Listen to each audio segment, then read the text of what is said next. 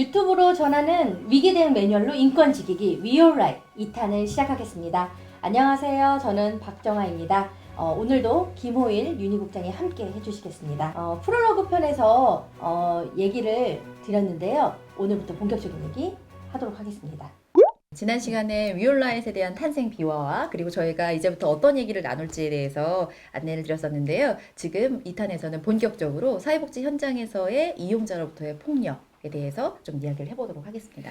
네, 이걸 시작하면서 좀 보여드리고 싶은 게 있었는데요. 저희 그 프리패스 위기 대응 매뉴얼 중에 인포패스라는 게 있습니다. 기관 입구에 누구나 잘 볼 수 있는 곳에 이렇게 붙여 있는 것인데요. 여기에 나오는 걸 보면 이런 것도 폭력이었어라는 생각이 좀 들 때가 있거든요.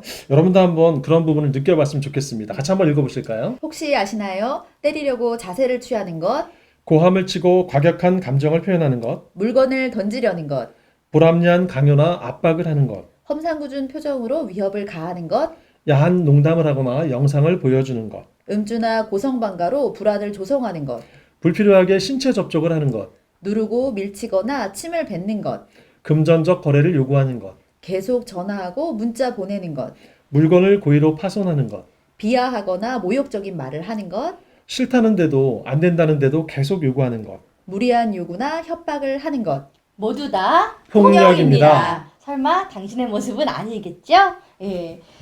여기 말한 모든 내용들이 폭력이라고 하는데 아마 그동안에는 뭐 저 정도가 폭력이었어? 하시는 분들도 있었을 것 같아요. 근데 여러분 다 폭력이라고 합니다. 우리 위기 대응 매뉴얼에서 폭력을 5가지로 분류를 해보았습니다. 신체적, 언어적, 정서적, 경제적, 성적 폭력 이렇게 나누어 보았는데요. 오늘은 먼저 신체적 폭력에 대해 이야기를 나눠보겠습니다.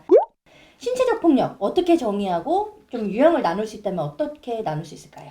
네, 신체적 폭력이라 함은 이용자 또는 이용자의 보호자가 사회복지 종사자에게 상처를 주려는 의도를 가지고 하는 신체적인 공격 시도를 다 이야기할 수 있을 텐데요. 유형으로 좀 나눠보면 정말 실질적으로 멱살을 잡으시거나 때리는 형태의 실제적인 공격, 그리고 때리려는 자세를 취하거나 험상궂은 표정을 하며 뭔가 일이 일어날 것 같이 분위기를 조성하시는 실질적인 위협, 그리고 정말 공격을 시도하셨지만 신체 접촉이 이루어지지 않은 신체적인 공격 시도, 이렇게 저희가 나눠볼 수 있을 것 같아요. 네, 그 사례를 통해서 이야기하면 좀 더 이해가 쉬울 것 같은데요. 무료급식을 하는 이런 시설을 이용하는 분이 계속 많은 양의 음식을 요구해서 갖다 드렸는데 이제 식사하는 걸 보니까 나중에 이걸 포장해서 가는 거를 좀 보게 된 거예요. 그래서 규정상 이걸 여기서 드시는 건 괜찮지만 외부로 가져갈 수는 없다. 특히 이제 식중독의 문제라든지 이런 문제가 생길 수 있어서 안 된다고 말씀을 드렸더니 내가 먹던 음식 내가 가져가는데 네가 무슨 상관이냐 이러면서 사회복지사에게 욕설을 하고 밀치고 심지어 이렇게 때리려고 하는 신용까지 하는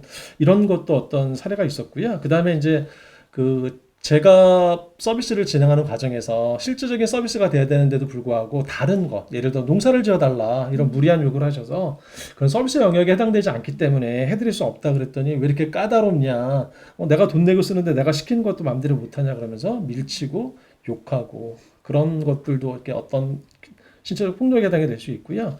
그 다음에 이제 지역사회 내에서 복지관에서 주민들을 대상으로 한 행사 가운데 식사를 하면서 반주를 제공해 드렸는데 기분 좋게 끝나는 게 아니라 좀 음주가 계속 과하다 보니까 나중에 많은 술을 요구하게 됐고요. 그래서 이제 너무 심하다 보니까 더 이상은 술을 제공할 수 없습니다. 그랬더니 화를 내기 시작하다가 급기야는 가지고 있던 흉기를 집어 던져가지고요. 행사장 앞으로 던졌는데 다행히 사람이 다치진 않고 스피커에 칼이 꽂혀가지고서 그 분위기가 완전히 어수선해지고 아주 그냥 아수라장이 됐던 이런 사례도 있었습니다. 네, 또 노숙인 시설 같은 곳에서는 이제 이용인 분들이 이용을 하셨는데 잘 이용하시다가 어떤 이유인지 알 수 없지만 이 외출증을 반납해달라고 했더니 욕설을 하시면서 종사자를 때리려고 하는 사례들도 저희가 들은 적이 있고요. 또 거주 시설에서는 이용자분들이 같이 있다 보니까 다툼들이 좀 생기는데 그 다툼을 종사자가 말리려고 했더니 그 종사자에게 되려 욕설을 하시면서 발로 차거나 때리려고 하는 상황이 발생하기도 하고요. 이런 신체적 폭력이 일어나면 어떻게 대응을 해야 될까요? 일단은 문제 상황이 생기면 옆에 있는 동료 직원에게 반드시 도움을 요청해서 일단 이용자를 제지할 수 있도록, 그리고 이제 추가 피해가 되지 않도록 이렇게 대피하는데, 특히 가까운 곳에 이용자가 있을 경우에 신속하게 안전한 곳으로 피신시키는 거 되게 중요하겠고요. 가까운 곳에 있는 직원뿐만 아니라 전 직원에게 알려서 이용자를 제지하고 그다음에 또 이제 이거에 따른 추가 피해가 있거나 또는 옆에 다른 이용자들이 굉장히 불안감을 갖지 않도록 이렇게 하는 게 중요하겠고요.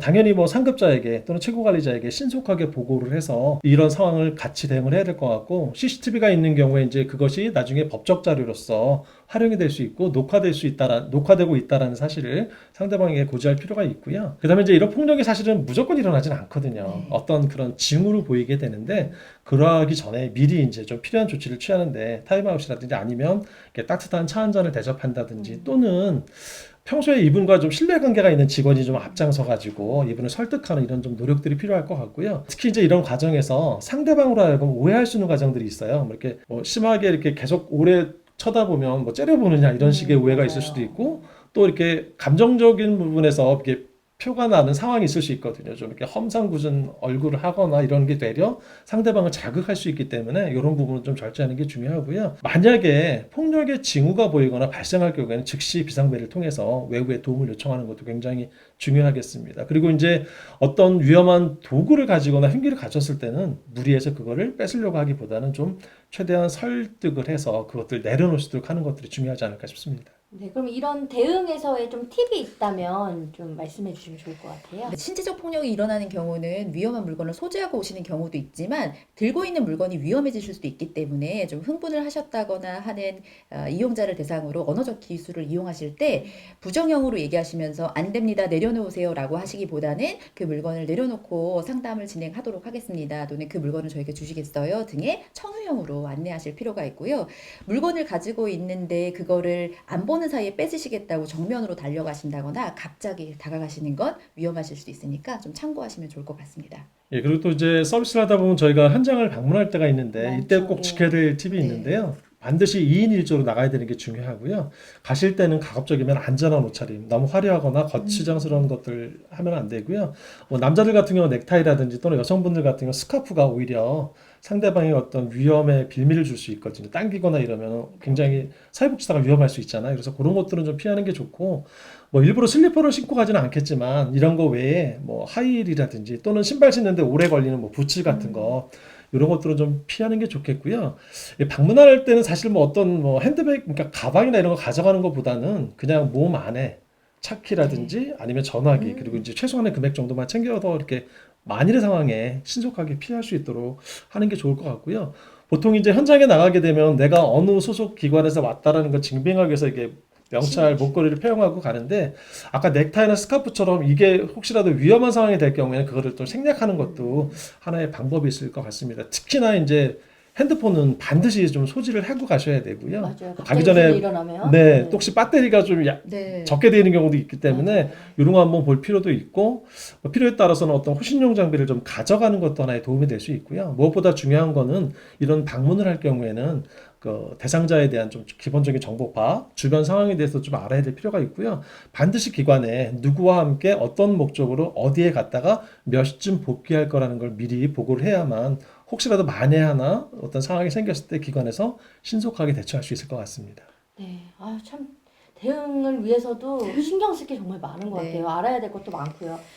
그 신체 폭력과 관련해서 법령을 좀 살펴봤어요. 어떤 법령을 조금 적용시킬 수 있을까? 그랬더니 형법 이렇게 나오니까 좀 무서운데, 예를 들면 형법 제 144조는 특수공무방해, 형법 제 257조는 상해, 형법 제 260조는 폭행에 대한 이런 부분들이 신체적 폭력하고 좀 이렇게 저촉되는 법률이더라고요. 여기서 특히 살펴볼 만한 법령이 있으면 좀 말씀 좀 해주세요. 네, 우리 조금 전에 처자님께서 이제 260조 폭행, 형법의 260조의 폭행 부분을 얘기하셨는데, 사람의 신체에 대해서 이렇게 폭행을 가하게 되게 되면 2년 이하의 징역 또는 500만 원의 벌금이나 구류, 과료를 이렇게 할 수 있는데, 특히 이제 뭐 화를 내거나 주먹질을 시도하거나 또는 음료수병을 던지는 이런 것들이 다 폭력 행위거든요. 특히나 이제 음료수병을 던질 경우에 그게 위험한 물건으로 간주가 되게 되면 그 폭력 행위에 관한 처벌에 대한 법률에 의해서 이게 가중 처벌될 수도 있고요. 또 이로 인해서 다치게 될 경우에는 폭행치상이나 상해죄가 추가로 성립이 될 수도 있습니다.